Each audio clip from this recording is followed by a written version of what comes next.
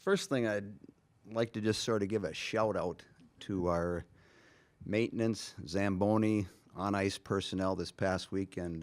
Not too often in September, especially the latter part of September.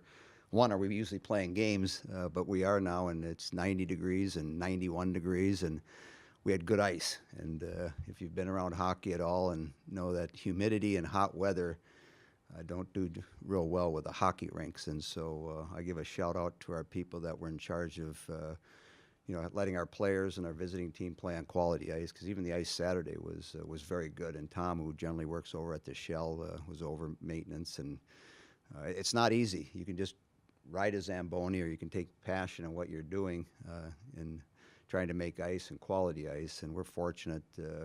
Artie, who just retired in early September, had done it for 40 years maybe. And so it was challenging, but a shout out to them because they did a great job. And some of the things that I liked over the course of the two games was our ability to play with speed. I thought our puck movement over the two games was pretty good. Considering, we haven't had a lot of practice time in certain areas. Our young players are going to make some mistakes, but that's part of the process, and that's part of the journey collectively as a group to make each player a little bit better as we enter in Thursday night and Friday night against Mercyhurst. And I saw a lot of good things.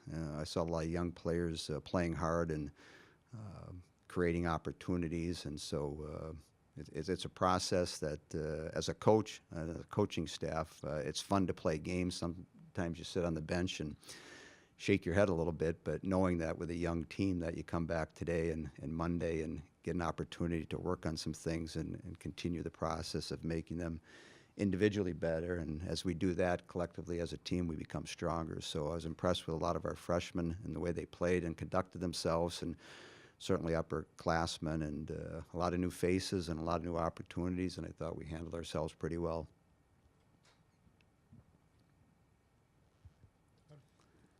You haven't had a whole lot of practice time. You have a short week again this week. What have been the big things you've wanted to instill or work on with the team in that limited time so far? Well, I think from my standpoint is, you start in your own end and you move up the ice. And so some different things that you want to make sure that the players are aware of within your defensive zone, and how you protect your goaltender, and how you play a one-on-one, and if there's a breakdown, how other people are supportive and receptive to what's going on the ice. The great thing about our game is you can't tell anybody what's going on with a puck. You got to figure that out, and the only way you're going to get it is to go get it from the other team. And then when you get it, you try to keep and hang on to it. And so it's a game of puck possession, and I thought, especially in the first period in both games, we did a real nice job of that and creating opportunities. So as they get more comfortable with what you want to do in your defensive zone, then you move into the neutral zone, and then you move into the fun part of the game, the offensive zone. And so we spent a lot of time in the offensive zone in both games. And so, again, today you start focusing on from your own end out, because, I'm sure this weekend or Thursday and Friday we'll spend more time on our end. So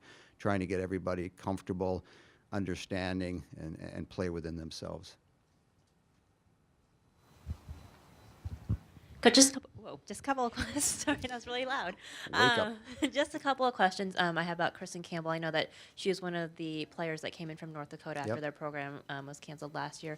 What was kind of the process for her coming in here? Did you guys talk for a while beforehand after their program was gone? How did that process go? Well, I think in those situations, from my perspective, you have a grace period. And so I think it was a shock to a lot of people outside of North Dakota. It was probably more of a shock to, the people that were close to their program, especially the players. So the first time you hear that, and it's actually a fact, it's stunning. It's shocking.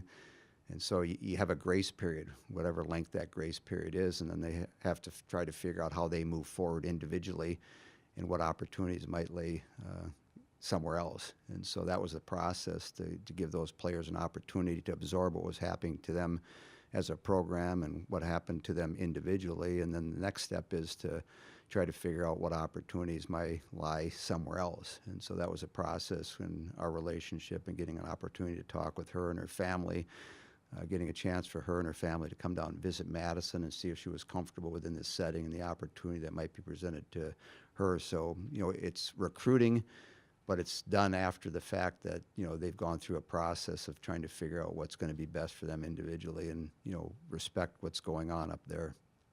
Okay, a couple more things. You said that, you mentioned stunning when you heard the news about that to begin with. I mean, as the head coach of a women's hockey program, I mean, your daughter played here. You obviously have been around women's athletics a lot. I mean, how does it make you feel as a women's head hockey coach knowing that that happened at another school, that someone is cutting a women's hockey program? Well, it hurts. I mean, I grew up and played a lot of games up in North Dakota and understand the passion that community and certainly the university has for hockey. And, I coached Brian Odulski, who was their coach for, the last 7 or 8 years. Understood and was impressed with what he was able to do over his period of time there. And for them to, to come out the way they did and just immediately drop it, it hurts, from a personal standpoint, but in the bigger picture, it hurts a lot of young ladies that aren't going to get that opportunity this year. So if the landscape of hockey on the women's side, you have 22 to 24 players that aren't getting an opportunity this year to play Division I hockey because they've dropped their programs. So it hurts in the short picture, and it hurts in the long picture because, again, their program had done a lot of good things over time. They'd been in the NCAA tournament. You looked at your schedule and you knew there was going to be 4 difficult games. We've played them in the playoffs before, so it presents a challenge, and they really strengthened our league. And, with them gone, it looks different. It is different, and it's part of, the world we live in, that things like this are going to happen, but you don't ever like them. And for Kristen, I know she played this past weekend. From your perspective, is she getting comfortable right away? How is she kind of adjusting to being here? Well, I think she's very similar to some of our freshmen, other than the fact that, she played some games last year and redshirted her freshman year up in North Dakota. So, she's seen the other teams. She's been in the other teams' building, so she has that an advantage. But, she's in a new situation. She's got a new roommate. She's going to a new college. She's taking new classes in a different structure than she had up in North Dakota. So things for her are still new. And I think as we go through the first month or month and a half of the season, I think each weekend and probably each practice she'll get more comfortable. And so the more we can practice and the more we have competition, I think she's going to settle in and be much more comfortable, in a month than she is right now, just because of all the newness. It's no different than my freshmen.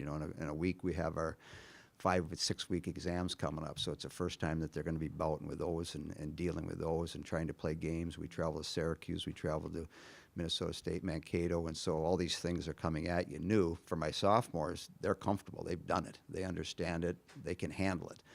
For my freshmen, this is the first time going through it. So as a coach, as you prepare for those weeks where they're taking exams, you just have to be aware of that they're dealing with it, and that's the process of what we go through every year. So Kristen's no different than probably some of my freshmen in those relationships.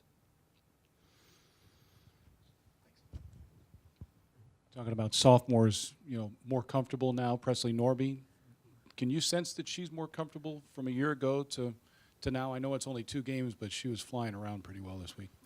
Yeah, I think from my standpoint, history, as I've seen it before, and I can pick out probably 24 players that are very similar, where they had pretty good freshman year, but they trained over the summer, going to their sophomore year. When they started their sophomore year, we talk about being comfortable, being relaxed, understanding what's in front of them, and not being nervous about it. And I think the first 2 games, she's shown that she's taken a step from where she was in March, and I think that's just maturing, being comfortable in your surroundings, knowing what we do here on a daily basis in the process. And, having worked hard over the summer, as I tell a lot of our players, you should be confident. I mean, you've worked hard to put yourself in this position. You should be comfortable on the ice. You should be confident because you've worked hard to be in that position. So it was nice to see her get off to a good start in our first 2 games. And as I said after the game Saturday, you can always indicate whether you've seen a lot of hockey or haven't seen much hockey, like who was a good player for you tonight. And she had the puck a lot. She played a lot of minutes, and she had the puck. She was around the puck, and somebody that hadn't seen us play before would say, well, oh boy, she's a good player. Well, why is she a good player? Because she did those things. And so hopefully it'll continue, and she'll continue to make strides. And, the big thing early on is who's going to score for us. And so some of those sophomores and juniors and seniors, the more they can score, the more it's going to make us a stronger team.